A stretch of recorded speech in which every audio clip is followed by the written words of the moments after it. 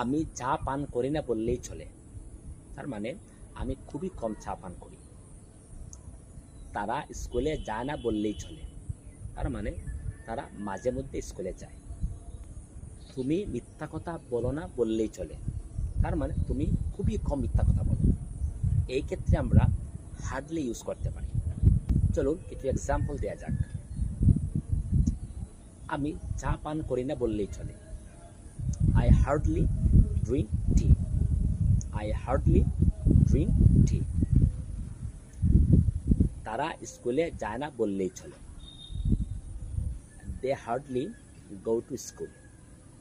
They hardly go to school. তুমি মিথ্যা কথা বলো না বললেই চলে, you hardly tell a lie. You hardly tell a lie. Karim class miss দেয় না বললেই